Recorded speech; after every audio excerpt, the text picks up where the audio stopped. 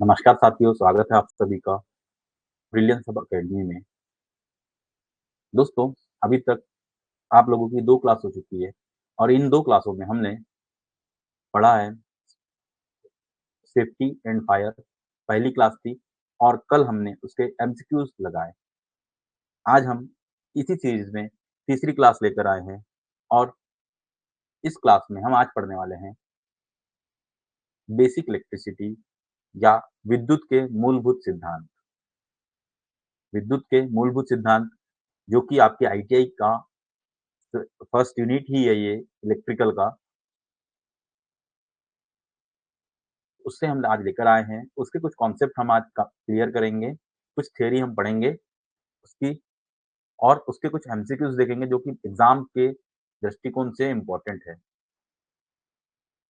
इस कॉन्सेप्चुअल चीज़ें हैं, हो सकता है कि आपको ऐसा लग रहा होगा कि सर ये तो हम पढ़ चुके हैं, हम फिर से ही पढ़ रहे हैं और क्या कहना चाहिए कि रिपीट हो रहा है सर ये तो हमें सब बनता है। पर इसके जो क्वेश्चन होते हैं देखो, अगर आप टीओ की एग्ज़ाम की तैयारी कर रहे हैं, तो इसके क्वेश्चन यहीं से आएँगे। क्वेश्चन ऐसा नहीं है कि बाहर से आएँगे। बस उसमें जो पूछने का तरीका होता है, वो अलग होता है। क्वेश्चन वही होते हैं, बस कॉन्सेप्ट आपको क्लियर होना चाहिए, क्वेश्चन बन जाएगा। क्वेश्चन वही होते हैं। ऐसा लगता है क्वेश्चन आए हैं, वो बाहर से आए हैं, पर बाहर से नहीं आते हैं, वो आते इन्हीं कॉन्सेप्ट से हैं। बस हमें लगता ऐसा है कि वो बाहर से पूछे गए हैं। ज जल्दी-जल्दी ऑनलाइन आ जाइए।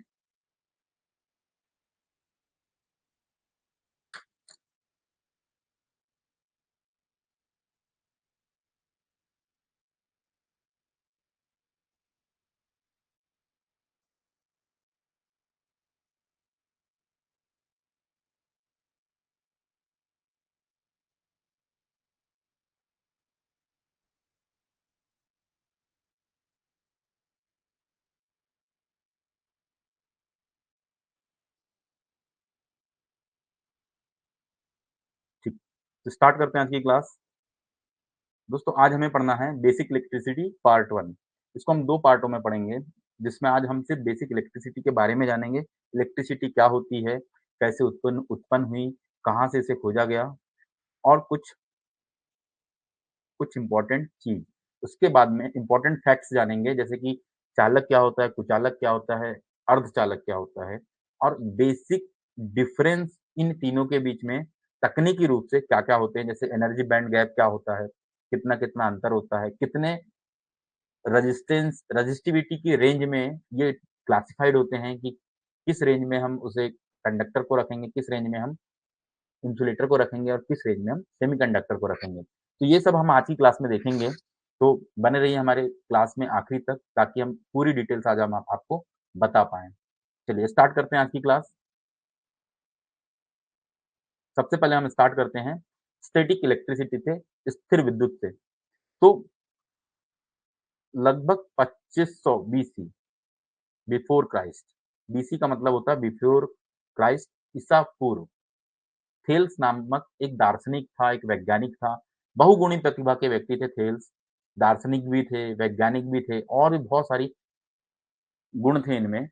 तो इन्होंने जब एम्बर, कहरवा, एम्बर एक पदार्थ होता है, कहरवा, उसके टुकड़े को जब फर या रेशम के टुकड़ों के साथ में रगड़ा, तो उन्होंने पाया कि कागज़ के छोटे-छोटे टुकड़े उनकी ओर खींचने लगे थे। किसके त किस किसके पास? एम्बर के टुकड़े के पास। तो इस घटना को उस समय वहाँ पर इ इलेक्ट्रिसिटी कहा गया। जब वो कागज़ के टुकड़े उस एम्बर के टुकड़े के पास खींचने लगे, तो उसको इलेक्ट्रिसिटी कहा गया, ठीक है? तो क्योंकि एम्बर इलेक्ट्रिसिटी क्यों कहा गया? क्योंकि एम्बर को कहरवा को इलेक्ट्रा कहते हैं ग्रीक में। ग्रीक में कहरवा कहते हैं एम्बर को, तो इसीलिए इस पूरी घटना को इलेक्ट्रिसिटी कहा गया। तो ये बेसिक चीज़ है, जो सबसे पहली खोज हुई थी 2500 ईसा पूर्व में, लेकिन उसके बाद में इसपे कोई ख़ास काम नहीं हुआ। बहुत समय बाद बेंजामिन फ्रैंकलिन ने फिर खोज करी, उसके बाद फिर चल विद्युत की खोज करी।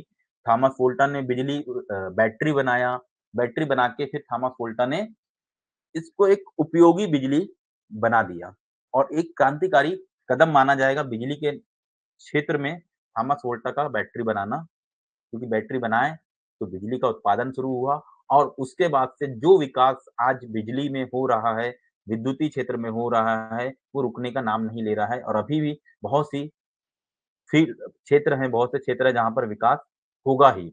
अभी विकास कम नहीं हुआ है कि अब हम सब कुछ खोज लिए हैं, अब हम कुछ नहीं खोज सकते, ऐसा कुछ नहीं है। बहुत सारी चीज़ें खोजने की बाकी है।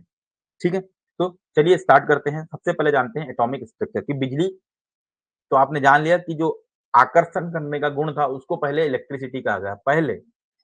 बाद में इस पे रिसर्च किया गया और पाया गया कि भाई इसमें एक आवेश आता है और उस आवेश के कारण वह धनावेशित और रगड़ने से आवेश आता है, धनावेशित और ऋणावेशित हो जाता है और फिर ऋणावेशित आवेश धनावेशित को अपनी ओर खींचते हैं और इस तरह से कागज के छोटे-छोटे टुकड़े को एम्बर अपनी ओर खींचता है। ठीक है? तो अब हम बात करते हैं आवेश की, तो आवेश की बात करने से पहले हम जान लेते हैं एटॉमिक स्ट्रक्चर को। आवेश पढ़ने से पहले हम पढ़ लेते हैं एटॉमिक स्ट्रक्चर को। तो एटॉमिक स्ट्रक्चर ये जो कि है किसी भी पदार्थ को का सबसे छोटा जो भाग होता है उसको हम कहते हैं अणु और अणु से छोटा होता है परमाणु। सबसे छोटा भाग अणु होता है जो कि स्वतंत्र अवस्था में, भौतिक अवस्था में रह सकता है। स्वतंत्र अवस्था में अणु रह सकता है, ठीक है? किसी भी पदार्थ का सबसे छोटा भाग होता है जो कि स्वतंत्र अवस्था में रह सकता है, वो है अणु। अणु से छोटा होता है परमाणु। अणु से छोटा होता है परमाणु जिसको हम कहते हैं एटम और परमाणु को जब आप तोड़ेंगे, परमाणु का जब आप विच्छेदन करेंगे, तब वह 3 भागों में बाँटा गया है। मुख्यतः से 2 ही भाग होते हैं, एक होता है उसका केंद्र और केंद्र के चारों ओर किसी परमाणु के केंद्र में, सेंटर में केंद्र होता है, नाभिक होता है और नाभिक में प्रोटॉन और न्यूट्रॉन होते हैं और नाभिक के चारों ओर इलेक्ट्रॉन एक नियमित कक्ष में उसके चक्कर लगा रहा होता है। ठीक है? इतनी चीज़ें आपको समझ में आई कि सर कोई भी परमाणु होगा तो उसका एक नाभिक होगा। यहाँ एक नाभिक होगा और नाभिक के चारों ओर इलेक्ट्रॉन क्या होगा? चक्कर लगाएगा। ये नाभिक है, इसके एक निश्चित दूरी पे चक्कर लगाएगा। ऐसा नहीं है कि रैंडमली कहीं भी लगा रहा है। निश्चित दूरी पे चक्कर लगाएगा और ये जो दूरी होगी इस दूरी को हम कहेंगे इस जो जिस कक्ष पे जिस रेखा पर ये चक्कर लगा रहा है, एक निश्चित दूरी पे चक्कर लगा रहा है ना, इसको हम कहते हैं कक्ष। इसको हम कहते हैं कक्ष, ठीक है? इसको हम कहते हैं कक्ष, ठीक? ऑर्बिट। तो इस कक्ष पे ये चक्कर लगाएगा और हर कक्ष की अपनी एक ऊर्जा स्तर होती है। नाभिक के पास वाले इलेक्ट्रॉन की इसकी ऊर्जा स्तर कम होगा, इससे दूर जाएँगे तो इसका ऊर्जा स्तर ज़्यादा होगा, फिर इससे अगले कक्ष में चले गया ये, तो इसका ऊर्जा स्तर और ज़्यादा होगा। जितना ज़्यादा ऊर्जा स्तर जितना ज़्यादा होगा, उतनी दूर वह नाभिक से चले जाएगा, वह इलेक्ट्रॉन, ठीक है? तो आप इनडायरेक्टली ये कह सकते हैं कि नाभिक के सबसे पास वाले कक्ष में ऊर्जा स्तर कम होता है इलेक्ट्रॉन का और उच्च ऊर्जा स्तर पे ये आगे चले जाता है, ठीक? मतलब इस तरह आगे चले जाता है। चलिए, ठीक है? तो इस तरह से ये देखिए, इस डायग्राम में आप देख पा रहे हैं कि ये इलेक्ट्रॉन इस नाभिक के चारों ओर चक्कर लगा रहा है और इस नाभिक के अंदर होता है न्यूट्रॉन और प्रोटॉन। तो परमाणु में किसी एटम के स्ट्रक्चर में 3 चीज़ होती है। पहला होता है न्यूट्रॉन, दूसरा होता है प्रोटॉन और तीसरा होता है इलेक्ट्रॉन, ठीक? और जब ये इलेक्ट्रॉन अपनी इस कक्षा से बाहर निकल जाता है, ये यहाँ पे अगर कोई इलेक्ट्रॉन है, यहीं देखिए आप, इस कक्ष में इलेक्ट्रॉन चक्कर लगा रहा है इस तरह से जब ये चक्कर लगा रहा है और इस इलेक्ट्रॉन को मैंने कोई एनर्जी अलग से दिया, कुछ ऊर्जा दिया, तो ये इलेक्ट्रॉन निकल के किसी अन्य कक्ष में चले जाएगा, किसी दूसरे परमाणु में चलेगा। मान लो कि आप कोई दूसरा परमाणु रखा है, उसे 1 इलेक्ट्रॉन की आवश्यकता है। इस इलेक्ट्रॉन को अगर मैंने एनर्जी दिया तो ये हाई एनर्जी प्राप्त करके इस परमाणु के पास में चले जाएगा, यहाँ एक कोई परमाणु है, यहाँ चले जाएगा। तब की स्थिति में क्या होगा कि इस परमाणु में एक आवेश आ जाएगा। ये परमाणु A है और ये परमाणु B है। इसमें एक आवेश आ जाएगा, उसको कहेंगे हम पॉज़िटिव आवेश, धनावेश और जब ये इलेक्ट्रॉन ग्रहण करेगा, तो इसमें एक आवेश आ जाएगा जिसको हम कहेंगे ऋण आवेश। ये ऐसा क्यों होता है? ऐसा इसलिए होता है क्योंकि देखिए जब शुरुआत की कंडीशन में क्या होता है कि प्रोटॉन और इलेक्ट्रॉन इनकी संख्या बराबर होती है। प्रोटॉन धनावेशित होता है, इलेक्ट्रॉन ऋण आवेशित होता है। न्यूट्रॉन में कोई चार्ज नहीं होता, किसी प्रकार का कोई आवेश नहीं होता, अभी हम पढ़ेंगे थोड़ी देर में। तो इसका कोई इफ़ेक्ट नहीं है। प्रोटॉन धनावेशित है, इलेक्ट्रॉन ऋणावेशित है, दोनों की संख्या बराबर है, मतलब दोनों ने एक-दूसरे को कैंसल कर दिया और हमारा परमाणु जो है वो न्यूट्रल स्टेट में है। परंतु जैसे ही 1 इलेक्ट्रॉन चले गया, इलेक्ट्रॉन की संख्या हो गई कम और प्रोटॉन की संख्या हो गई ज़्यादा, तो अब हमारा परमाणु हो जाएगा धनावेशित, ठीक है? इसके विपरीत यहाँ पर पहले ये न्यूट्रल स्टेट में था, 1 इलेक्ट्रॉन इसके पास एक्स्ट्रा आ गया, अब इसके पास 1 इलेक्ट्रॉन एक्स्ट्रा आ गया, तो इलेक्ट्रॉन की संख्या हो गई अधिक, प्रोटॉन की संख्या हो गई कम। तो प्रोटॉन की संख्या कम हो गई, इलेक्ट्रॉन की संख्या अधिक हो गई, तो अब ये आ गया ऋणावेशित। इसमें क्या हो गया ये? ऋणावेशित। इसीलिए जो भी परमाणु इलेक्ट्रॉन ग्रहण करता है, वो ऋणावेशित होता है और जो इलेक्ट्रॉन को देता है, वह धनावेशित होता है। ठीक है? इतनी चीज़ें समझ गए आप? चलिए, अब आगे बढ़ते हैं, तो हम प्रोटॉन, इलेक्ट्रॉन और न्यूट्रॉन क्या होता है, इसके कुछ कॉन्सेप्ट है, बेसिक कॉन्सेप्ट है, उनको समझते हैं कि प्रोटॉन, प्रोटॉन के पास धनात्मक आवेश होता है, ठीक है? प्रोटॉन के पास क्या होता है? धनात्मक आवेश होता है। यह इलेक्ट्रॉन से लगभग 1840 गुना होता है, ठीक है? इस बात को आप याद रखिएगा। कितना? 1840 गुना है, ठीक? इसमें आवेश की मात्रा 1.602 into 10 to the power -19 coulomb और इसका द्रव्यमान होता है 1.67 into 10 to the power -27 kg, ठीक है? इसकी खोज की थी अर्नेस्ट रदरफोर्ड ने। इसकी खोज की थी अर्नेस्ट रदरफोर्ड ने 1917 में, ठीक है? प्रोटॉन क्या है? एक धनावेशित धनात्मक आवेश वाला पार्ट है एटम का, किसी परमाणु का एक धनात्मक आवेश रखने वाला पार्ट है। यह इलेक्ट्रॉन से 1840 गुना भारी होता है। इसमें आवेश की मात्रा होती है +1 या 1.602 into 10 to the power -19 coulomb, ठीक है? इसका द्रव्यमान, इसका जो वज़न होता है, वह होता है 1.67 into 10 to the power -27 kg. इसकी खोज की थी अर्नेस्ट रदरफोर्ड ने 1917 में। उसके बाद हम आते हैं इलेक्ट्रॉन में, तो इलेक्ट्रॉन के पास में ऋणात्मक आवेश होता है। इलेक्ट्रॉन के पास में ऋणात्मक आवेश होता है। यह प्रोटॉन से लगभग 1840 गुना हल्का होता है, ठीक है? देखो, एक अगर 1840 गुना भारी है, तो दूसरा तो हल्का होगा ही, ठीक है? तो ये 1840 गुना भारी था, तो ये 1840 गुना हल्का होगा। इसमें आवेश की मात्रा ऋण 1 है ना? या 1.67602 into 10 to the power -19 coulomb. इसका द्रव्यमान जो होता है 9.101 into 10 to the power -31 kg. चलिए, अब मुझे आप एक बात बताइए कि इसमें प्रोटॉन भारी है या इलेक्ट्रॉन भारी है? ठीक है? कि यदि एक के पास में आवेश एक का वेट है, द्रव्यमान है 9.109 गुणित 10 पर ऋण 31 की घात केजी और एक के पास में द्रव्यमान है 1.67 गुणित 10 पर ऋण 27 या ऋण 27 की घात केजी, तो किसका द्रव्यमान अधिक है? कौन भारी है और कौन हल्का है? मुझे कमेंट करके बताइएगा आप। इसकी खोज की थी जे.जे. थॉम्सन ने।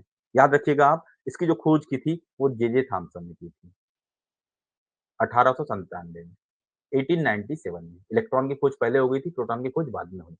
न्यूट्रॉन आवेश रहित होता है। न्यूट्रॉन जो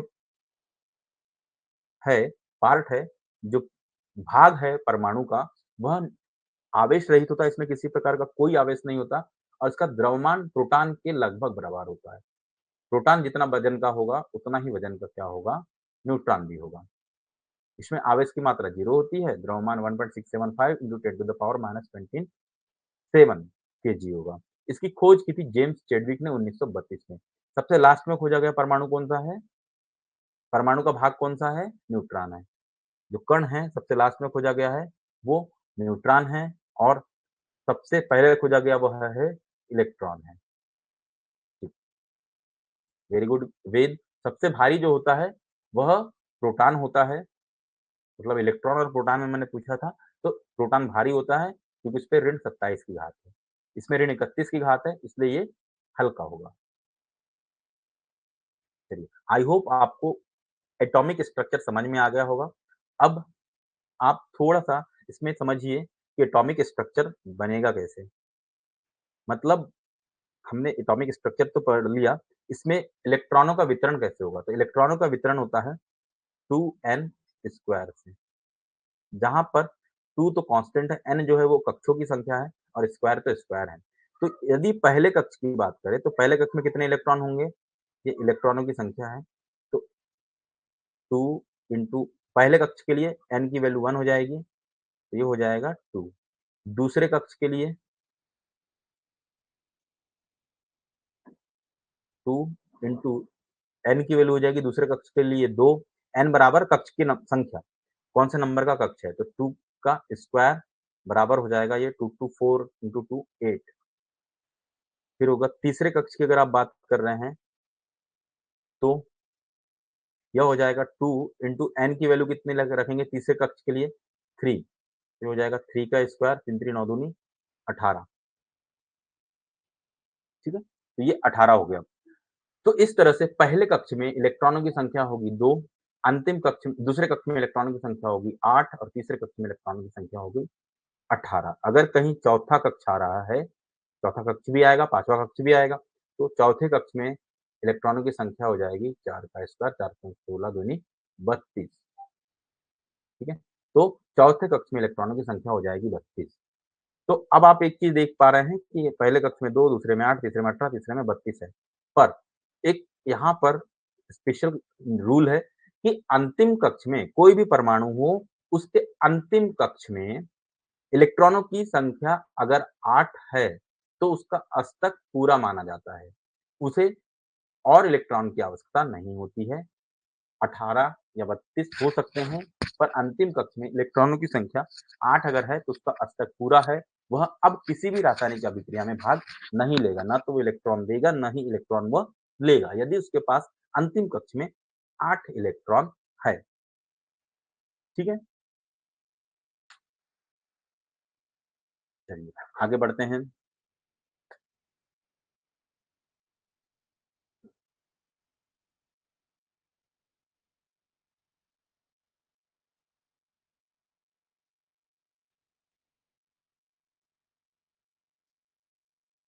आगे बढ़ते हैं और हम देखते हैं कि यहाँ पर 2 शेल होते हैं। आज जब हम चालक, कुचालक और अर्धचालक पढ़ेंगे, तो आपको एक शब्द सुनाई आएगा, शब्द सुनने में मिलेगा और वो है वैलेंस बैंड और कंडक्शन बैंड। 2 बैंड सुनने में मिलेगा, चालन बैंड और वैलेंस बैंड। वैलेंस बैंड को कहते हैं हिंदी में, हिंदी नाम मुझे याद नहीं एग्ज़ैक्टली, मैं बता दूँगा। तो एक होता है वैलेंस बैंड और एक होता है कंडक्शन बैंड, संयोजन बैंड, कंडक्शन बैंड और एक वैलेंस बैंड। तो जो वैलेंस बैंड होता है ना, वो अंतिम कक्ष में जो इलेक्ट्रॉन होता है, उसको कहते हैं उसके पास जो एनर्जी होती है, उसको कहते हैं वैलेंस बैंड में है इलेक्ट्रॉन। मीन्स अगर आप कोई भी एक परमाणु ले लेते हैं,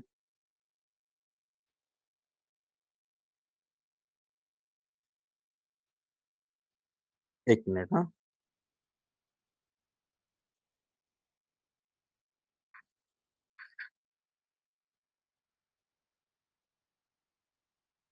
चलिए एक एग्ज़ाम्पल लेता हूँ मैं कॉपर का। कॉपर का एग्ज़ाम्पल ले रहे हैं। क्यों? क्योंकि कॉपर जो है चालक है अच्छा खासा, सबसे अच्छा चालक होता है कॉपर, इसका परमाणु क्रमांक होता है 29, है ना? 29 होता है इसका परमाणु क्रमांक, तो ये इसका नाभिक है। यहाँ उसके बाद में ये एक पहला कक्ष हो गया, दूसरा कक्ष, तीसरा कक्ष, ठीक है?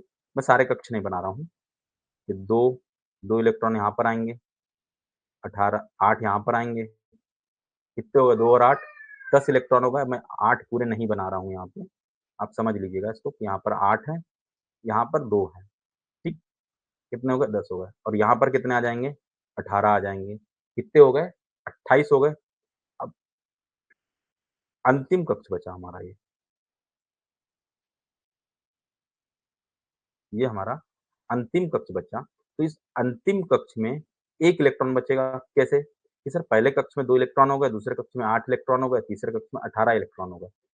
कितने हुए टोटल? ये 2 और ये 8 और ये 18, 18 और 10 28 हो गए। बचा कितना हमारे पास में? 1 इलेक्ट्रॉन, जो कि अब ये अंतिम कक्ष में आएगा। तो ये जो अंतिम कक्ष होता है, ये कहलाता है वैलेंस बैंड। सबसे पहले तो आप याद रखिएगा, ये कहलाता है वैलेंस बैंड, ठीक है? अंतिम कक्ष, संयोजन कक्ष। संयोजन कक्ष कह सकते हैं या अंतिम कक्ष कह सकते हैं, संयोजन कक्ष, ठीक? तो यहाँ पर जो इलेक्ट्रॉन रहेगा उसको हम कहेंगे कि वैलेंस बैंड में ये इलेक्ट्रॉन है। एक होता है कंडक्शन बैंड जिसको हम कहते हैं चालन बैंड।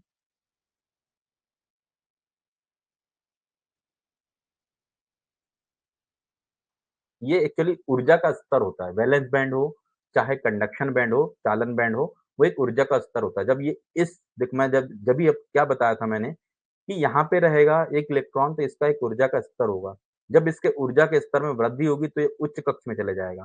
फिर इसके ऊर्जा में स्तर में वृद्धि होगी तो ये उच्च कक्ष में चले जाएगा, ठीक है?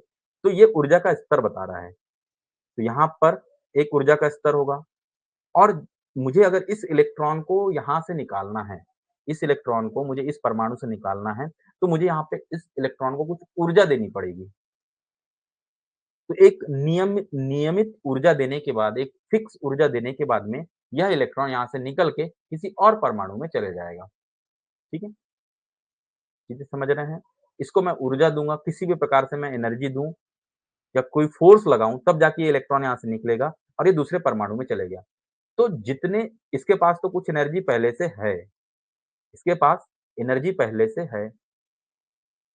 इसके बाद मैंने इसको थोड़ी-सी एनर्जी और दिया। देखो कॉपर का है ये, कॉपर में वैलेंस बैंड और कंडक्शन बैंड में कोई ज़्यादा गैप नहीं होता, तो मैंने थोड़ी-सी भी एनर्जी इसको दिया, तो यह दूसरे परमाणु में चले जाएगा इलेक्ट्रॉन, ठीक है? थोड़ी-सी भी एनर्जी देने में ये दूसरे परमाणु में इलेक्ट्रॉन चले गया। तो जो एनर्जी मैंने इसको दिया, उस एनर्जी को मैंने इस एनर्जी के साथ जोड़ दिया। जब है ना, कोई भी एक एक्स वैल्यू की एनर्जी मैंने इसको दिया, तो ये चले गया दूसरे परमाणु में। तो अब ये जो टोटल एनर्जी हुई, ये कहलाएगी किस बैंड की एनर्जी? चालन बैंड बैंड की एनर्जी। मतलब हम कहेंगे उस कंडीशन में कि आपका जो इलेक्ट्रॉन है ये वाला, वो कंडक्शन बैंड में चले गया। मतलब कंडक्शन बैंड में इलेक्ट्रॉन जाने के बाद वो किसी भी परमाणु में चले जाएगा। उसको आपको ज़्यादा फ़ोर्स लगाने की आवश्यकता नहीं है। कंडक्शन बैंड मतलब चालन बैंड है, इलेक्ट्रॉनों का प्रवाह हो रहा है।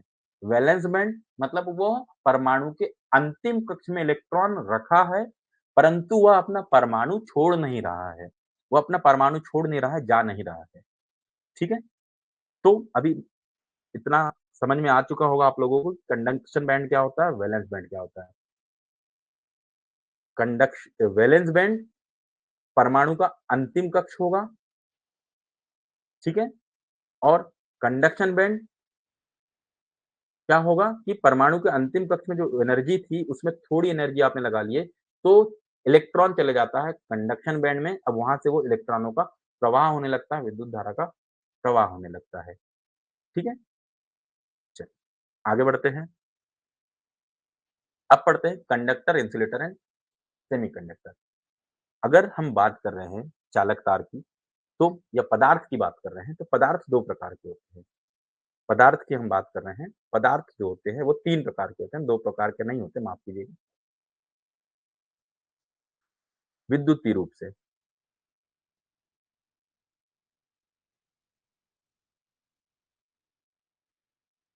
विद्युतीय रूप से पदार्थ 3 प्रकार के होते हैं।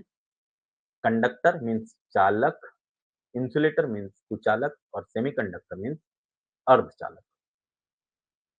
सबसे पहले पढ़ते हैं चालक। चालक क्या होता है? चालक वह पदार्थ है जिसमें विद्युत धारा का प्रवाह हो सकता है सुगमता से। ये डेफिनेशन मुझे लगता है कि आपको समझाने की आवश्यकता नहीं है।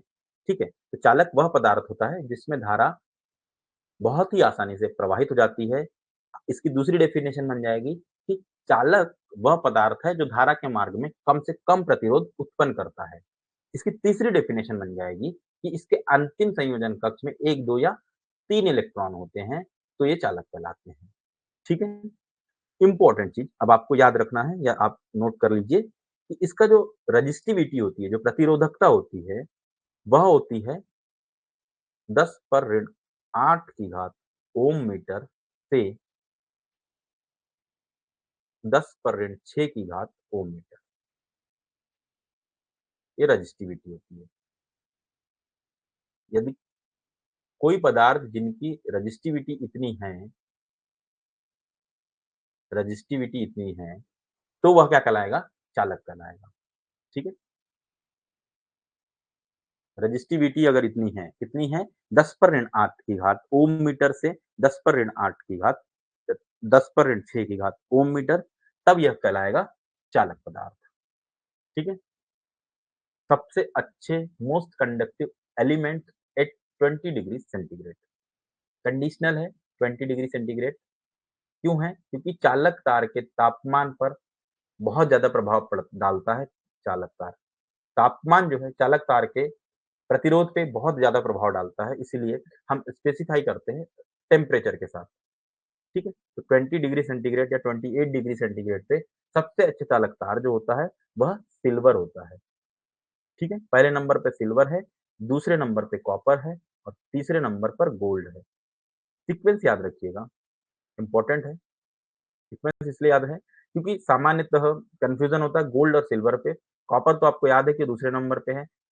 कई बार हम भूल जाते हैं कि गोल्ड महँगी धातु है, महँगा है, तो ये शायद फर्स्ट अच्छी कंडक्टिविटी भी होगी इसकी, ऐसा नहीं है। गोल्ड की कंडक्टिविटी कॉपर से भी बेकार है। सबसे अच्छा चालक तार सिल्वर होता है, चाँदी होता है, उसके बाद कॉपर होता है, उसके बाद गोल्ड होता है और उसके बाद में चौथे नंबर पर एल्यूमीनियम होता है। चौथे नंबर पर एल्यूमीनियम आता है, उसके बाद कैल्शियम जो कि यूज़ नहीं होता है, उसके बाद में आ जाता है टंगस्टन, छठवें नंबर पे टंगस्टन है, फिर जिंक है, फिर कोबाल्ट है, फिर निकेल है, फिर रुथेनियम है।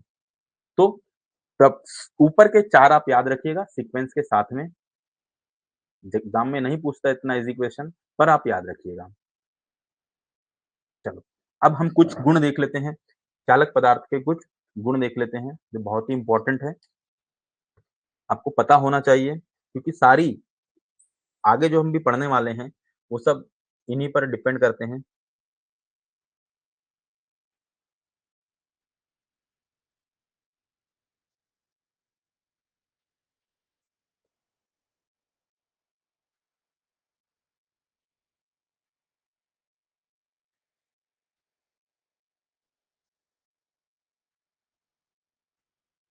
विशेषताएँ, गुण, यहाँ पे कुछ विशेषताएँ भी बताएँगे हम।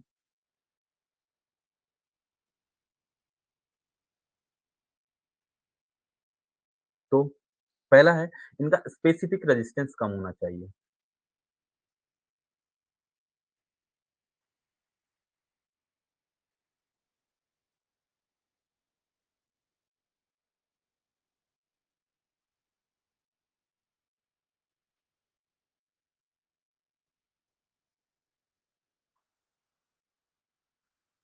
ठीक है? स्पेसिफिक रेजिस्टेंस कम होना चाहिए। स्पेसिफिक रेजिस्टेंस कम होने से पर यूनिट वॉल्यूम पर उस पदार्थ का प्रतिरोध कम होता है और प्रतिरोध कम होने से हमें पावर लॉस कम होता है। ठीक है? तो स्पेसिफिक रेजिस्टेंस कम होना चाहिए, इससे तार कम गर्म होगा और बिजली सुगमता से प्रभावित होगी, तो पावर लॉस भी कम होगा। मैकेनिकल स्ट्रेंथ अच्छी होनी चाहिए। तार आप बना रहे हो, तो मैकेनिकल स्ट्रेंथ ना हो तो फिर क्या ही कहें, क्योंकि मैकेनिकल स्ट्रेंथ बहुत इम्पोर्टेंट है। मैकेनिकल स्ट्रेंथ ठीक-ठाक होना चाहिए, ठीक?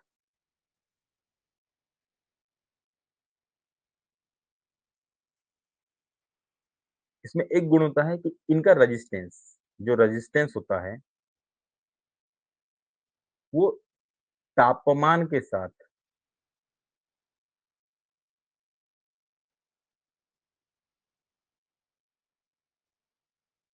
तापमान के साथ बढ़ता है।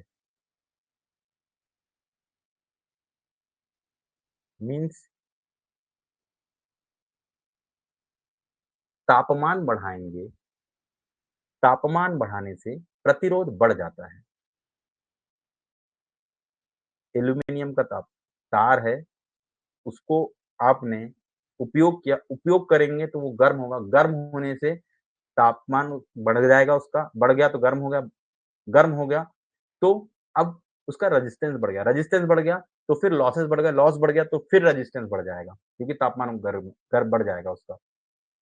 तो ये एक सतत प्रक्रिया चलती रहेगी और पावर लॉस होते रहेगा। इसीलिए हमको इस गुण को ध्यान में रखते हुए ऐसे पदार्थ का चयन करना है, जिसका टेम्परेचर कोएफ़िशिएंट तापमान गुणांक कम से कम हो, ताकि करंट फ्लो होने पे वो कम से कम गर्म हो सके, ठीक है? टेम्परेचर कोएफ़िशिएंट क्या होता है हम पढ़ेंगे आगे, रेजिस्टेंस वाले चैप्टर में।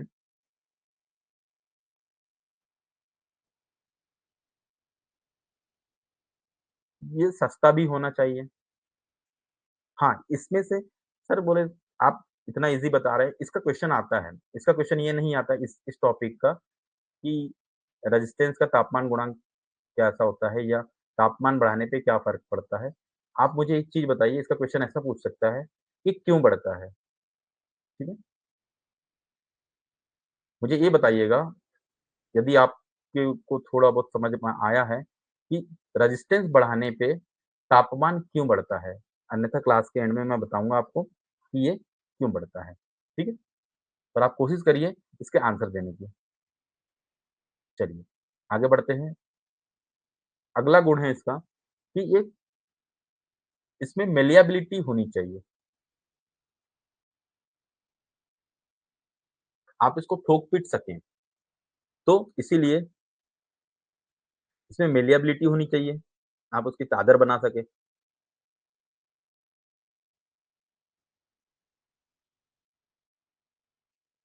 ठीक है? मैलिएबिलिटी अच्छी होनी चाहिए, ठोक-पीट कर सके तो टूटे ना, आघात वर्धनीयता कहते हैं जिसको हिंदी में, है ना? और डक्टिलिटी भी होनी चाहिए। Ductility and malleability.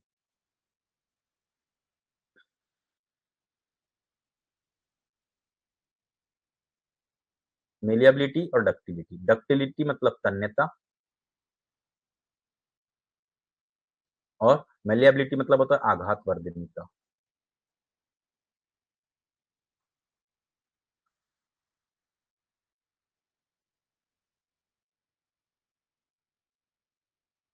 अधिक होनी चाहिए, ठीक?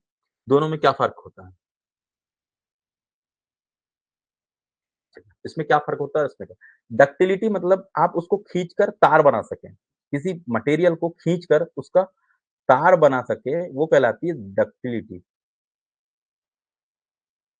और आघात वर्धनीयता क्या होती है, मैलिएबिलिटी क्या होती है कि आप पीट कर उसको चादर बना सकें,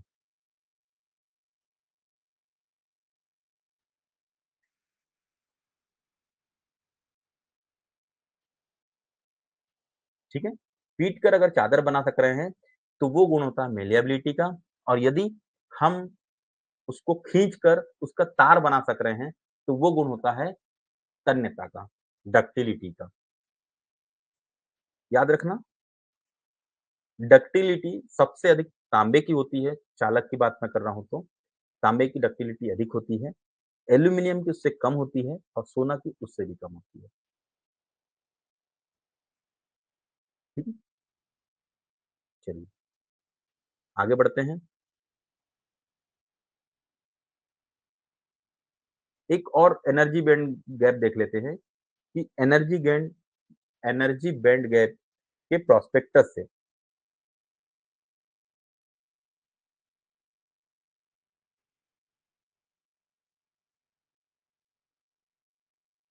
एनर्जी बैंड थ्योरी। मैंने अभी आपको 2 बैंड पढ़ाया था। एक था वैलेंस बैंड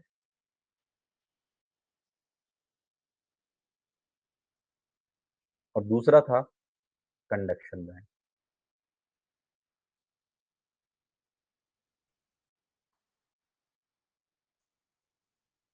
ठीक है? 2 बैंड हम लोगों ने पढ़े थे, एक था वैलेंस बैंड और दूसरा होता है कंडक्शन बैंड। वैलेंस बैंड क्या होता है? अंतिम कक्ष में का ऊर्जा स्तर। अंतिम कक्ष में जो इलेक्ट्रॉन है,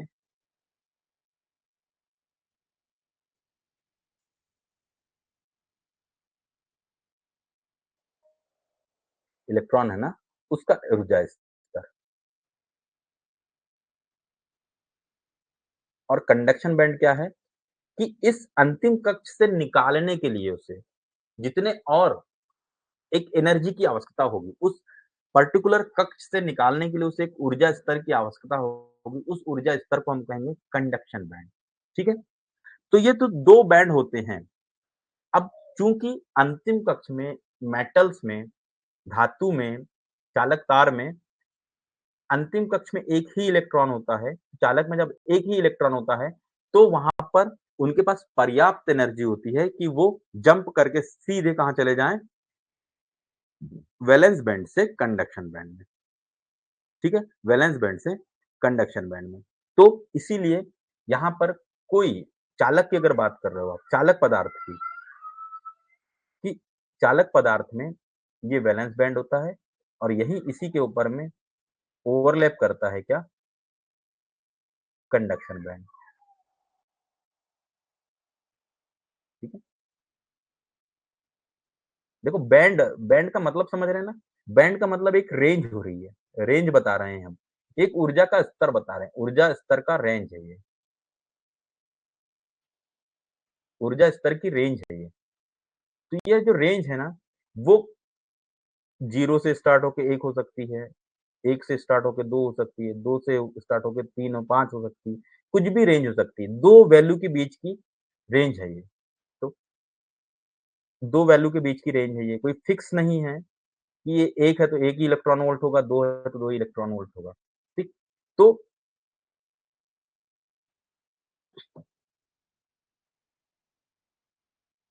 मेटल्स में ये जो गैप होता है, ये कंडक्शन बैंड है आपका, जो कि यहाँ तक है और ये आपका वैलेंस बैंड है, जो कि यहाँ से यहाँ तक है। इन दोनों के बीच में क्या है ये ओवरलैप है। मतलब कंडक्शन बैंड और वैलेंस बैंड के बीच में गैप जो है, एनर्जी गैप नहीं है। ठीक है? एनर्जी गैप को मैंने प्रदर्शित किया हूँ ईजी से। ईजी जो होता है, वो एनर्जी गैप होता है। ठीक है? ये जो होता है एनर्जी गैप होता है। और चालक की अगर आप बात कर रहे हो, कंडक्टर की बात कर रहे हैं हम, तो कंडक्टर में एनर्जी गैप जो होता है वो 0 इलेक्ट्रॉन वोल्ट होता है। ठीक? कंडक्टर में यह 0 इलेक्ट्रॉन वोल्ट होता है और यही अगर आप सेमीकंडक्टर की बात कर रहे हो, तो सेमीकंडक्टर में ये 0 से लेके 1 इलेक्ट्रॉन वोल्ट स्टैंडर्ड माना गया है। एक 1.86 या 2 इलेक्ट्रॉन वोल्ट तक होता है एनर्जी गैप, पर स्टैंडर्ड की अगर हम बात कर रहे हैं कंडक्टर के लिए और Eg for semiconductor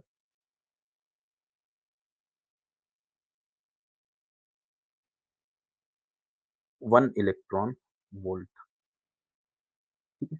close to 1 electron volt.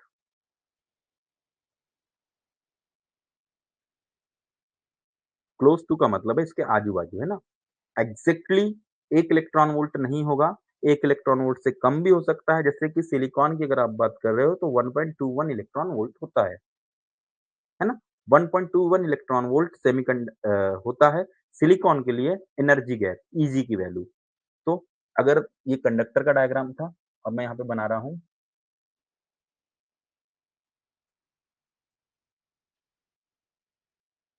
Semiconductor का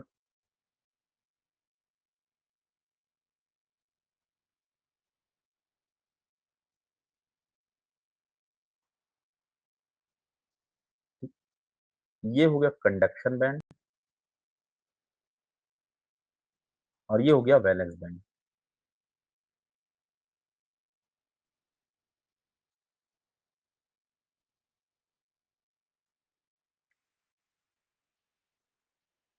ठीक है?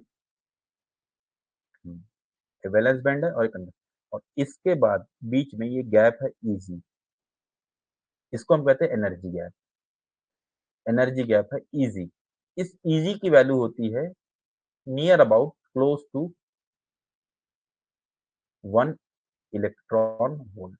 मतलब 1 इलेक्ट्रॉन वोल्ट की एनर्जी इस बैंड के अंदर रखे किसी भी इलेक्ट्रॉन को मैं दूंगा तो यह इलेक्ट्रॉन जंप करके इस गैप को जंप करके कंडक्शन बैंड में चले जाएगा और फिर इलेक्ट्रॉनों का प्रवाह आसानी से होने लगेगा एक परमाणु से दूसरे परमाणु में। अब यहाँ पर बात कर रहे हैं कि यहाँ पे इलेक्ट्रॉन गैप कितना है? 0 है। यहाँ जो इलेक्ट्रॉन है, इसकी जो ऊर्जा स्तर है, वह कंडक्शन बैंड की ऊर्जा स्तर के लगभग बराबर है। तो इसको बस हमको हल्का-सा रास्ता दिखाना है, पुश करना है। एक्स्ट्रा एनर्जी देने की आवश्यकता नहीं है चालक तार में, बस हमको रास्ता बताना है, हमको बस एक प्रेशर लगाना है ताकि ये इलेक्ट्रॉन जंप करके इधर चले जाए। इसको हमको एनर्जी देने की ज़रूरत नहीं है, ठीक है? तो इतना बेसिक कॉन्सेप्ट है ये और ये ऑब्जेक्टिव के लिए आप इस वैल्यूज़ को याद रखिएगा, एक इस वैल्यू को और एक इस वैल्यू को। अभी तीसरी वैल्यू की हम बात करेंगे, तीसरी वैल्यू भी आएगी, वो आएगी ईज़ी की वैल्यू होगी इंसुलेटर के लिए। इंसुलेटर मतलब कुचालक, कुचालक के लिए जो एनर्जी गैप की वैल्यू होती है, वो होती है close to 5 electron volt.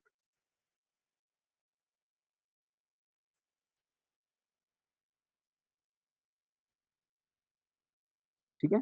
5 electron volt मतलब ये जो गैप है, ये कितना होना चाहिए? 5 इलेक्ट्रॉन वोल्ट के लगभग बराबर।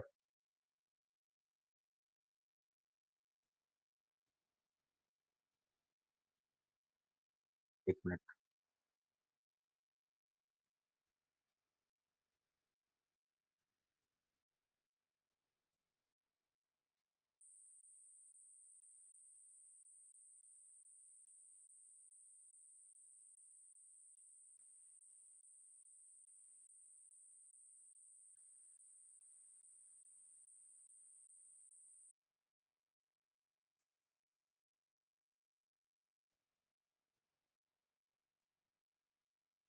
कंडक्शन बैंड, ये वैलेंस बैंड। इनके बीच में लार्जर गैप है, बहुत ज़्यादा गैप है और ये ईज़ी की वैल्यू है आपकी कितनी? 5 इलेक्ट्रॉन वोल्ट के बराबर, ठीक है? तो अब यहाँ पर जब इतना गैप आ रहा है, ये काफ़ी ज़्यादा गैप होता है पर्टिकुलर किसी इलेक्ट्रॉन के लिए, तो इसीलिए ये यहाँ के इलेक्ट्रॉन जंप करके यहाँ नहीं जा पा रहे हैं और इन इंसुलेटर में धारा प्रवाहित नहीं हो पा रही है। तो इलेक एनर्जी बैंड गैप के आधार पे भी आप चालक, कुचालक और अर्धचालक को डिस्ट्रीब्यूट कर सकते हो, इनका वर्गीकरण क्लासिफिकेशन कर सकते हैं कि जिन पदार्थों का एनर्जी गैप जो है वह 0 इलेक्ट्रॉन वोल्ट है, वह चालक कहलाते हैं। जिनका एनर्जी गैप जो है वह 1 इलेक्ट्रॉन वोल्ट के आसपास है, वह सेमीकंडक्टर है और जो 5 इलेक्ट्रॉन वोल्ट या उससे कम या ज़्यादा, थोड़ा बहुत कम ज़्यादा मतलब 5 इलेक्ट्रॉन वोल्ट के आसपास है, वह कहलाएँगे आपके क्या? इंसुलेटर, ठीक है? ये 3 वैल्यू आप याद रखिएगा, 0 इलेक्ट्रॉन वोल्ट, 1 इलेक्ट्रॉन वोल्ट और 5 इलेक्ट्रॉन वोल्ट। किस-किस चीज़ के लिए कौन-कौन सी वैल्यू है। ठीक, ठीक। ये कुछ एग्ज़ाम्पल है और इनकी ये रेज़िस्टिविटी है और ये इनकी कंडक्टिविटी है। मतलब ये रेज़िस्टिविटी है, प्रतिरोधकता है और ये कंडक्टिविटी है, चालकता है। इन्हें आप याद रखिए, ज़्यादा इम्पोर्टेंट नहीं है, रेज़िस्टिविटी नहीं पूछता है पर कॉन्सेप्ट के लिए एक बार आप याद रखिए। अब आ जाते हैं कुचालक पदार्थ। कुचालक पदार्थ वह पदार्थ जिनमें धारा प्रवाहित नहीं होती है। जैसे हम चालक तार को बता रहे हैं कि ये चालक की चालकता अच्छी होती है, सेमीकंडक्टर में भी कुछ स्पेसिफिकेशन होता है, तो सेम वैसे ही इंसुलेटर में भी कुछ स्पेसिफिकेशन होता है और वह स्पेसिफिकेशन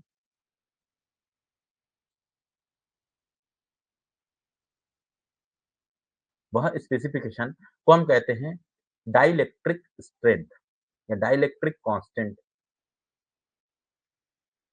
स्ट्रेंथ या डाइइलेक्ट्रिक कांस्टेंट, है ना? तो डाइइलेक्ट्रिक स्ट्रेंथ क्या होता है कि प्रति एमएम कोई पदार्थ है, मान लीजिए कि ये कोई पदार्थ है, इसके 1 एमएम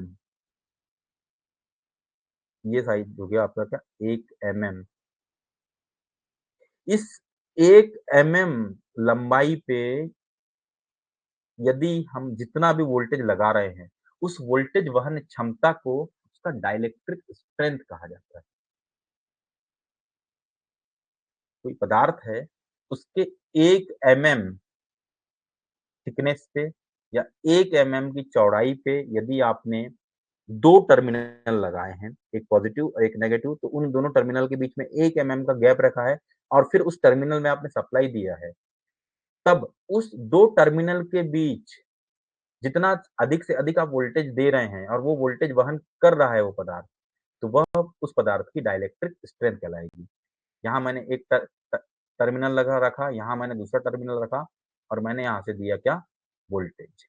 इस वोल्टेज को बढ़ाते गया, अभी ये इंसुलेटर है मतलब लकड़ी ही है मान लेते हैं, ठीक है? लकड़ी ही है। तो लकड़ी है तो मैंने करंट वोल्टेज देते गया, शुरू में तो करंट फ्लो नहीं हुआ, लेकिन एक समय ऐसा आएगा कि इन 2 टर्मिनल के बीच में यहाँ से ये पंक्चर हो जाएगा या बर्स्ट हो जाएगा और करंट फ्लो होने लगेगा। तो ये जो करंट फ्लो हो रहा है, इससे जस्ट पहले वाला वोल्टेज क्या कहलाएगा? इस पदार्थ का डाइइलेक्ट्रिक स्ट्रेंथ, ठीक है? परावैद्युत सामर्थ्य, हिंदी में इसको कहते हैं परावैद्युत सामर्थ्य।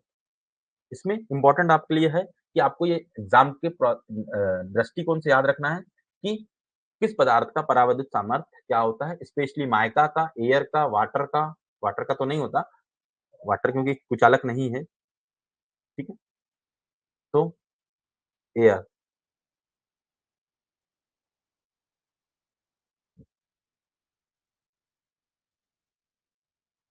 एयर का 1 और 3.2 ये है डाइइलेक्ट्रिक स्ट्रेंथ। डाइइलेक्ट्रिक स्ट्रेंथ मैं पढ़ रहा हूँ, तो ये है डाइइलेक्ट्रिक स्ट्रेंथ 3.2।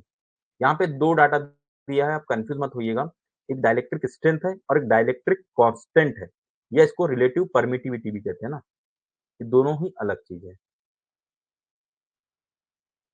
तो एयर का कांस्टेंट डाइइलेक्ट्रिक कांस्टेंट तो 1 होता है, पर डाइइलेक्ट्रिक स्ट्रेंथ जो होता है वह 3.2 एमएम होता है और आपको इस कॉलम को ही याद रखना है,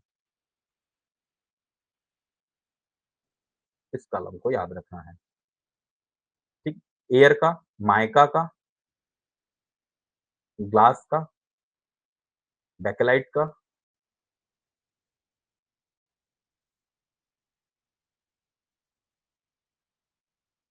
इन सब का आपको याद रखना है। क्वार्ट्ज का, पीवीसी का, पेपर का, मिनरल ऑयल का, मार्बल का, इतने पदार्थों का आपको डाइइलेक्ट्रिक स्ट्रेंथ याद रखना है।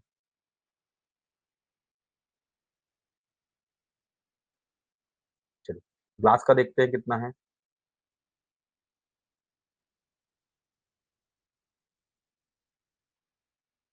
12 से 100। मार्बल का 2 है, काफ़ी कम है। उसके बाद में माइका का है दो 20 से 200, माइका का है 20 से 200, उसके बाद माइकानाइट का है 25 से 35 और 10 है मिनरल ऑयल का। Dielectric strength in kV. Mineral oil का डाइइलेक्ट्रिक स्ट्रेंथ जो है वो 10 केवी पर एमएम है, मतलब उसके 1 एमएम की साइज़ पर आप 10 केवी का वोल्टेज लगा सकते हो। 10 केवी वोल्टेज से ज़्यादा वोल्टेज अगर उसके 1 एमएम के साइज़ में दिया आपने, तो वह बर्स्ट हो जाएगा, वो पंक्चर हो जाएगा और उसके इलेक्ट्रोड्स के बीच में करंट फ्लो होने लगेगा, ठीक है? तो इस तरह से आप ये डाटा याद रखिएगा। ये जो कुछ हाइलाइट किए हैं, इनको तो आपको याद रखना है। पेपर का 18 होता है, बाकी तो आप शायद भूल जाएँ तो कोई इश्यू नहीं है,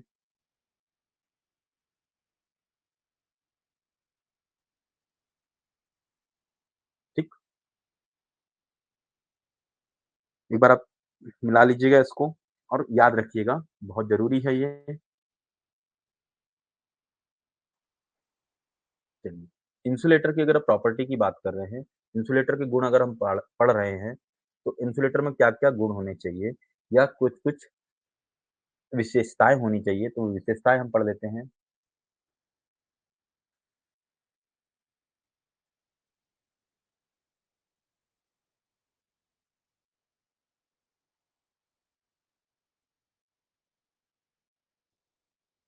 विशेषताएँ क्या होनी चाहिए? देखो इंसुलेटर है, तो इसका रेजिस्टेंस क्या होना चाहिए? अधिक होना चाहिए। इंसुलेशन रेजिस्टेंस इसका क्या होना चाहिए? अधिक होना चाहिए। कितना होता है रेजिस्टिविटी इनकी? इनकी रेजिस्टिविटी होती है 10 पर 7 ओम पर मीटर, ओम मीटर से ओम मीट पर मीटर नहीं है, ओम मीटर से 10 पर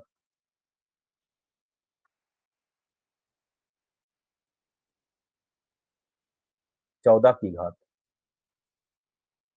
ओम मीटर। इतना इनका प्रतिरोध रेजिस्टिविटी होती है।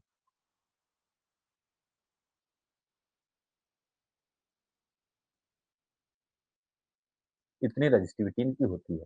तो ऑब्वियस सी बात है, इनका रेजिस्टेंस क्या होना चाहिए? हाई होना चाहिए। इंसुलेशन रेजिस्टेंस अगर अधिक होगा, तो यह एक अच्छे इंसुलेटर है। अगर इंसुलेशन रेजिस्टेंस कम है, तो यह अच्छे इंसुलेटर नहीं है। इनकी डाइइलेक्ट्रिक स्ट्रेंथ अच्छी होनी चाहिए।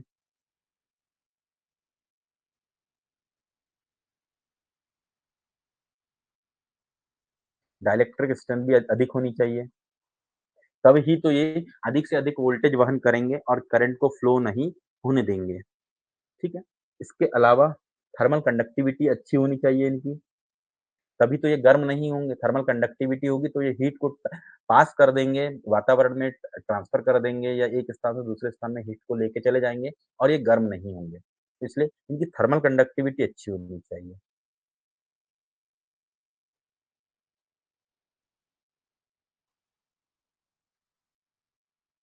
ठीक है? थर्मल कंडक्टिविटी अच्छी होनी चाहिए। इसके अलावा इसकी स्ट्रेंथ भी अच्छी होनी चाहिए, मैकेनिकल स्ट्रेंथ भी अच्छी होनी चाहिए।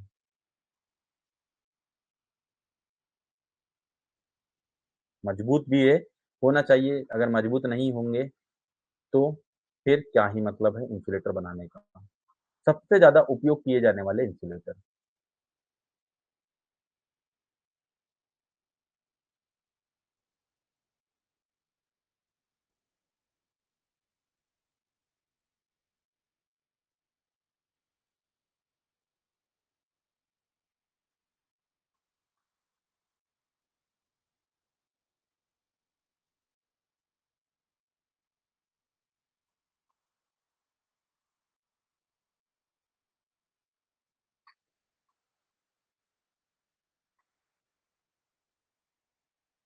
पहला है माइका।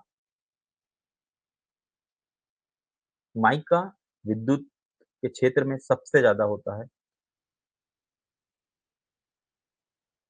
इसके अलावा दूसरा है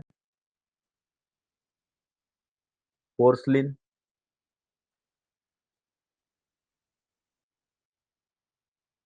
तीसरा है बेकेलाइट,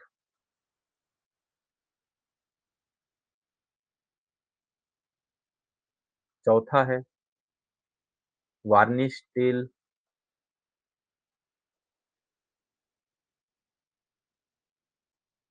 पाँचवा है लेदराइट पेपर,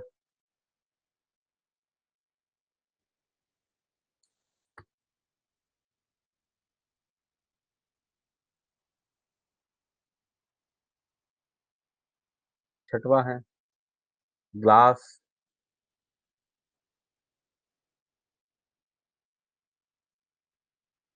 सातवां है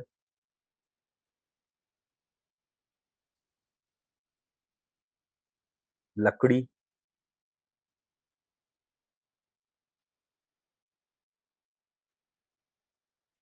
8वां है, बहुत सारे हैं।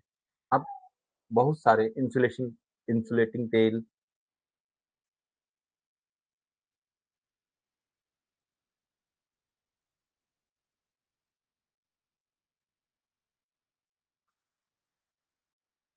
इसको मिनरल ऑयल भी कहते हैं, ट्रांसफार्मर ऑयल जो होता है, बहुत से उदाहरण हैं। माइका, माइका मैं इसलिए लिखवाया क्योंकि माइका का यूज़ आप बताइए कहाँ होता है? तो माइका का यूज़ जब आपसे पूछा जाएगा, एग्ज़ाम में आता है, तो कम्यूटेटर सेगमेंट के बीच बीच में, कम्यूटेटर सेगमेंट के बीच में, कम्यूटेटर 2 कम्यूटेटर सेगमेंट होते हैं, उनके बीच में माइका रखी जाती है, इसलिए माइका आप याद रखिएगा। पोर्सिलेन इंसुलेटर बनाने के लिए जो ट्रांसफार्मर और जो डिस्ट्रीब्यूशन ट्रांसमिशन लाइन में इंसुलेटर का उपयोग किया जाता है, वहाँ पर पोर्सिलेन का यूज़ होता है। जो घरेलू उपकरण होते हैं, वहाँ पे बेकेलाइट का यूज़ होता है, हैंडल बनाने के लिए और भी बहुत सारी चीज़ें। वार्निश, मोटर की वाइंडिंग को वार्निश चढ़ाते हैं ताकि वाइंडिंग आपस में शॉर्ट ना हो। मोटर की वाइंडिंग करते समय या मशीन की वाइंडिंग करते समय हम स्लॉट्स में लेदराइट पेपर रखते हैं और लेदराइट पेपर से उसको बाँधते हैं।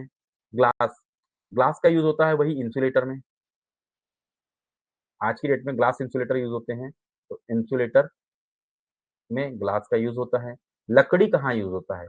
सबसे इम्पोर्टेंट चीज़ होता है कि लकड़ी कहाँ यूज़ होती है? तो ये लकड़ी भी वाइंडिंग में यूज़ होती है। वो किसी मशीन की स्पेशली मोटर की वाइंडिंग में लकड़ी यूज़ होती है, खाँचों के बीच में ऊपर लगाई जाती है ताकि वाइंडिंग बाहर एक कैप की तरह, ताकि वाइंडिंग बाहर ना आए। इंसुलेटिंग ऑयल या मिनरल ऑयल ट्रांसफार्मर में यूज़ होता है। इसके अलावा सर्किट ब्रेकर में यूज़ होता है ये। तो इस तरह से ये इंसुलेटर यूज़ होते हैं। इम्पोर्टेंट टॉपिक है नेक्स्ट सेमीकंडक्टर, अर्धचालक। अर्धचालक क्या होते हैं कि वह पदार्थ जिनके अंतिम कक्ष में 4 इलेक्ट्रॉन होते हैं, जिनके अंतिम कक्ष में 4 इलेक्ट्रॉन होते हैं, वह अर्धचालक कहलाते हैं। इनकी चालकता का जो स्तर होता है, वह चालक से कम होता है और कुचालक से अधिक होता है।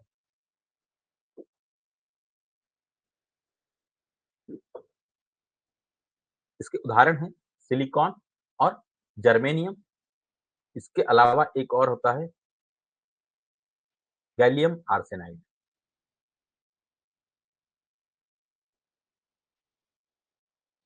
इसके अलावा इसे GaAs इस तरह से प्रदर्शित भी करते हैं। GaAs gallium arsenide specially with देखिए यहाँ पर आप सभी सबसे ज़्यादा पढ़ते हैं सिलिकॉन और जर्मेनियम। ये 1 और ये 2, 2 ही आप अर्धचालक पढ़ते हैं। तीसरा है गैलियम आर्सेनाइड जो कि एक अर्धचालक ही है, ये विशेष रूप से तैयार किया गया अर्धचालक है और यह तब काम आता है जब कहीं हमें लाइट की आवश्यकता होती है। इट मीन्स इसका मतलब है कि जो एलईडी बनते हैं, एलईडी लाइट एमिटिंग डायोड जो बनते हैं, वो गैलियम आर्सेनाइड से बनते हैं। क्योंकि ये ऐसे अर्धचालक हैं कि यहाँ पर जब करंट फ्लो होती है, तो इनमें लाइट निकलती है। जहाँ पर आपको लाइट की आवश्यकता होती है, वहाँ पर आप गैलियम आर्सेनाइड सेमीकंडक्टर का यूज़ करते हैं और जहाँ पर लाइट की आवश्यकता नहीं होती, बल्कि किसी और अन्य काम के लिए आप अर्धचालक का यूज़ कर रहे हो, कोई और इलेक्ट्रॉनिक युक्ति बनाने के लिए आप यूज़ कर रहे हो, तो वहाँ पर आप सिलिकॉन और जर्मेनियम का यूज़ करेंगे। और जब आप एलईडी बनाने की बात करेंगे, तो आप गैलियम आर्सेनाइड का यूज़ करेंगे, ठीक है? तो चालकता का स्तर इनका क्या होता है? अर्धचालक का कुचालक से अधिक और चालक से कम होता है। इनकी रेजिस्टिविटी जो होती है,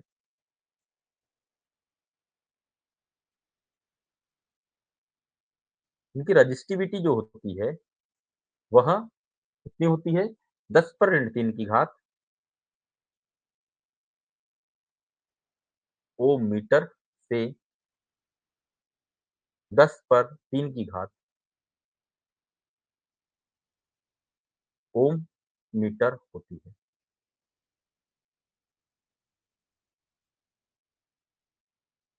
ठीक है? ये इनकी रेजिस्टिविटी होती है और एनर्जी गैप कितना होता है सिलिकॉन का?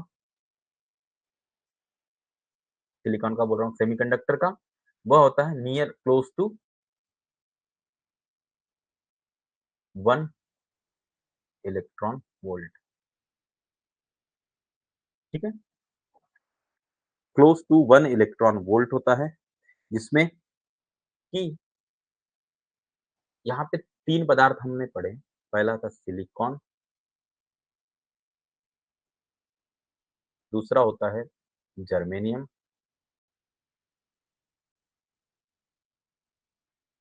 तीसरा है gallium arsenide. Gallium arsenide at 0 degree kelvin, 0 degree kelvin पर इनका जो एनर्जी गैप है वो मैं आपको बता दे रहा हूँ। At 0 degree, at 0 degree kelvin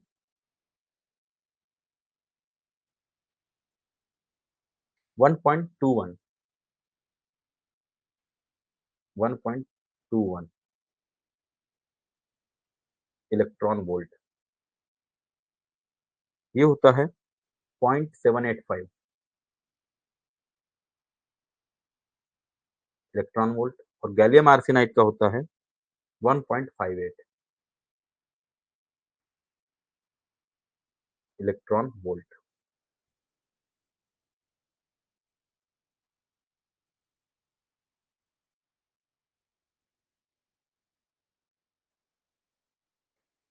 ठीक है, ये 3 डेटा याद रखिएगा आप कि सिलिकॉन का जो एनर्जी गैप होता है वह होता है 1.21 इलेक्ट्रॉन वोल्ट, जर्मेनियम का 0.785 0.785 इलेक्ट्रॉन वोल्ट, और गैलियम आर्सेनाइड का होता है 1.58 इलेक्ट्रॉन वोल्ट।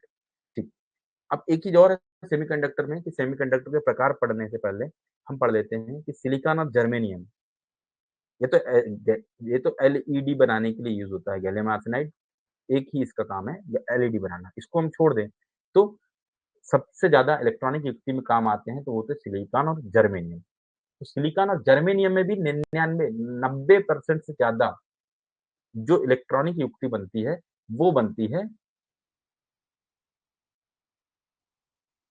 सिलिकॉन की। हम जब भी सेमीकंडक्टर की बात करते हैं, तो हमारे साथ में नाम आता है सिलिकॉन का। क्यों?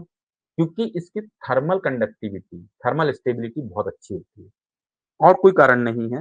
इसका थर्मल स्टेबिलिटी जो होती है ना, थर्मल स्टेबिलिटी बोल सकते हैं, थर्मल कंडक्टिविटी बोल सकते हैं, या थर्मल विथस्टैंड कैपेबिलिटी बोल सकते हैं। ये बहुत अच्छी होती है। थर्मल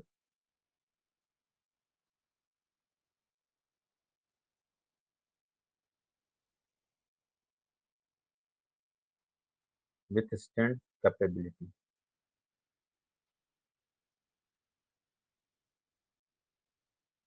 अधिक होती है, इसीलिए हम सिलिकॉन यूज़ करते हैं, ठीक है? जब हम इलेक्ट्रॉनिक्स पढ़ेंगे तो उसको डिटेल में समझ लेंगे कि क्या होती है थर्मल विथस्टैंड कैपेबिलिटी। आप सिंपल शब्दों में अभी इतना समझ सकते हैं कि टेम्परेचर के बढ़ जाने में यह अधिक टेम्परेचर तक अपने गुण को नहीं खोता। It means silicon 200 degree centigrade तक अपने मूल गुण के साथ रहता है, जबकि वहीं जर्मेनियम सिर्फ 100 डिग्री सेंटीग्रेड तक। सिलिकॉन की कैपेबिलिटी होती है 200 डिग्री सेंटीग्रेड,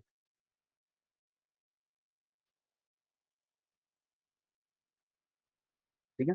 200 डिग्री सेंटीग्रेड मतलब 200 डिग्री सेंटीग्रेड तक सिलिकॉन 0 डिग्री पे जितना काम कर रहा था, जितने अच्छे से काम कर रहा था, उतनी अच्छे से 200 डिग्री पे भी काम करेगा और वह अपने गुण को नहीं खोएगा, ठीक है? तो आज की क्लास के लिए इतना ही। कल हम इसे आगे क कंप्लीट करेंगे। कल के लिए हमारे पास में बहुत से टॉपिक बच गए हैं, जैसे कि सेमीकंडक्टर के बाद में हम पढ़ने वाले हैं, एनर्जी बैंड मैंने बता चुका हूँ,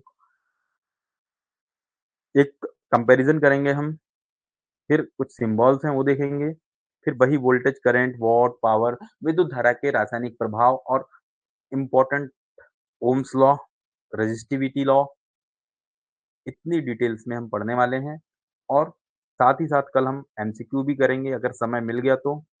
वैसे आज करना था पर आज नहीं कर पाए हैं। तो भी मैंने 4-5 क्वेश्चन आपको बता दिया है जो कि एमसीक्यू के पॉइंट ऑफ व्यू से इम्पोर्टेंट है। आप उनको अब याद रख लीजिएगा, नोट्स में अलग से हाइलाइट कर लीजिएगा और कल हम यहीं से आगे बढ़ेंगे एक्स टाइप्स ऑफ सेमीकंडक्टर से और कहाँ तक पढ़ना है, कल हमें रेजिस्टिविटी कंप्लीट करना है। Thank you. यदि हमारा वीडियो आपको पसंद आया है, तो इसे अपने दोस्तों के साथ शेयर ज़रूर करिए। Thank you very much.